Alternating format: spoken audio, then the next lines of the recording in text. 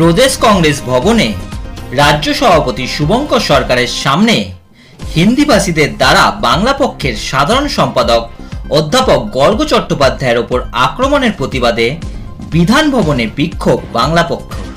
গত দুদিন আগে প্রদেশ কংগ্রেস সদর দপ্তর বিধান ভবনে সভাপতি শুভঙ্কর সরকারের সাথে কথা চলাকালীন কংগ্রেসের কিছু হিন্দিভাষী নেতা হঠাৎ আক্রমণ করে অধ্যাপক গর্গ চট্টোপাধ্যায়কে।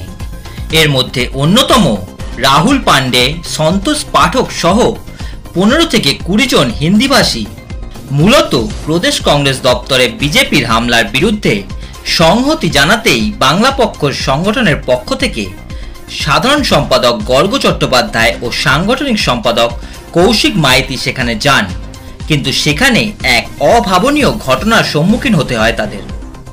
কংগ্রেসের পাশে দাঁড়াতে গিয়ে তাদের হাতে আক্রান্ত হতে হয়। এতে আহত হন গর্গ চট্টোপাধ্যায়ের সরকারি নিরাপত্তারক্ষীও। এই ঘটনার প্রতিবাদে গতকাল কলকাতা মৌলালী মোড় থেকে মিছিল করে বিধান ভবনের সামনে বিক্ষোভ প্রদর্শন করেন বাংলা পক্ষের সদস্যরা।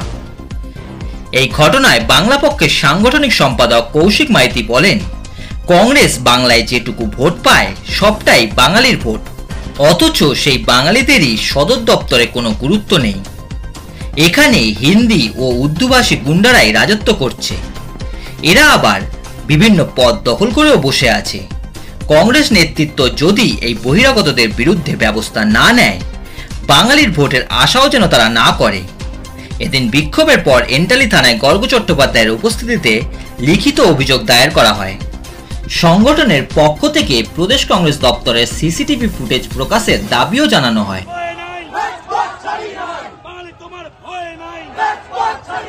আমরা 3 জন কংগ্রেস অফিসে আগে থেকে কথা বলে রেখেছিলাম, আশুতোষ তাকে জানিয়ে রেখেছিলাম আমরা যে গতকাল বিজেপির বহিরাগত গুন্ডারা তারা কংগ্রেসের যে প্রদেশ কংগ্রেস ভবন বিধানচন্দ্র রায়ের নামে সেখানে আক্রমণ করেছে। ছোট ঘটনা নয়, সবাই সংহতি জানাচ্ছে।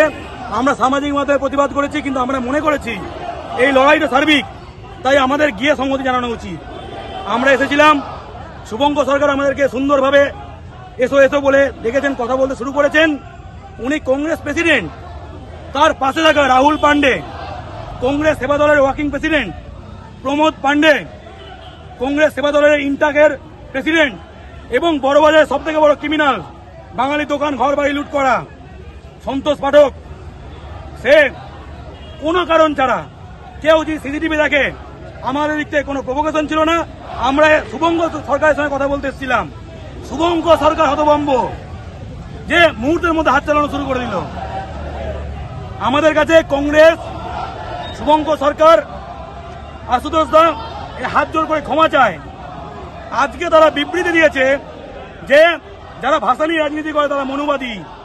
আমরা মনুবাদী, আমরা আরএসএস বিজেপির বিরুদ্ধে এখানকার কংগ্রেসের বিজেপির পেরোলে থাকা নেতাদের থেকে বেশি লড়ি। এদের দুমানার সব নেতা, 5টা করে লোক নেই, এমন প্রেসিডেন্ট হিন্দি উর্দু গুন্ডারাকে পাত্তা দেয় না। এই হচ্ছে অবস্থা। এবং সংহতি জানাতে এসেছি তাদের হেডকোয়ার্টারে, সেখানে মারধর করা হলো এবং তারা প্রতিবাদ বন্ধ করলো না। তো আজকে যেটা দেখা যাচ্ছে, তোমাদের কাউন্টার করার জন্য কিন্তু প্রদেশ কংগ্রেসের সামনে প্রচুর ভিড় তারা জমিয়েছে। এই তো বলছি, কালকে যখন রাকেশ সিংরা পোড়াচ্ছিল তখন কিন্তু রাহুল পান্ডেদেরকে দেখা পাওয়া যায়নি।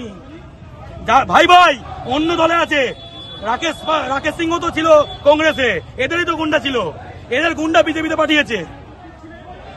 যে রাকেশ সিং, সেই সন্তোষ পাঠক, সেই জিতেন তিওয়ারি, সেই অর্জুন সিং, সেই বিবেক গুপ্তা, সব এক জিনিস।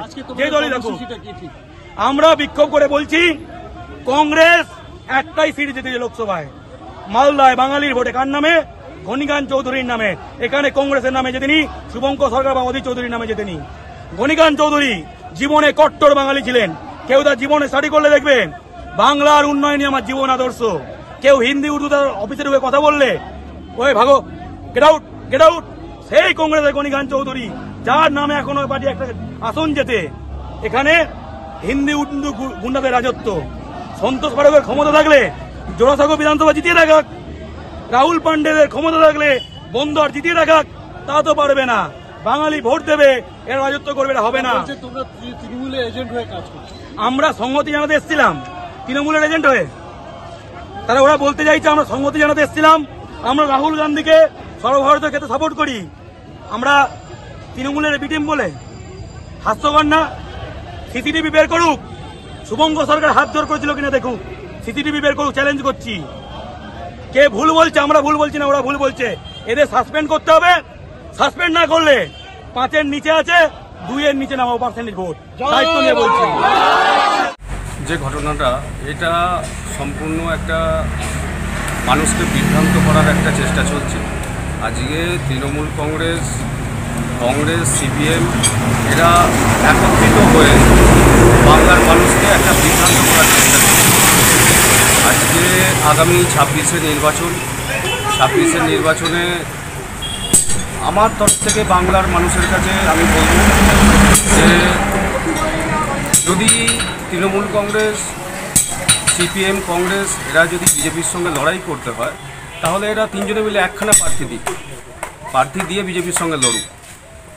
ঠিক আছে? তো এইভাবে বিভিন্নভাবে চক্রান্ত করার প্রয়োজন নেই, আর মানুষকে বিভ্রান্ত করার প্রয়োজন নেই।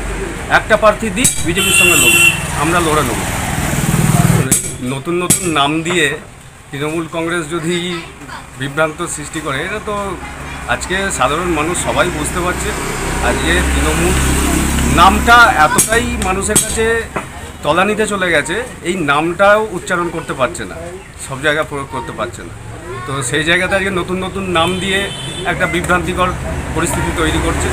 তো এইসব বাংলা পক্ষ টাংলা পক্ষ কিছু না, ওই তৃণমূল কংগ্রেস, সিপিএম এখন একত্রিত হয়ে বিজেপিকে একটা পশ্চিমবঙ্গে থেকে সরানোর একটা প্রচেষ্টা করছে।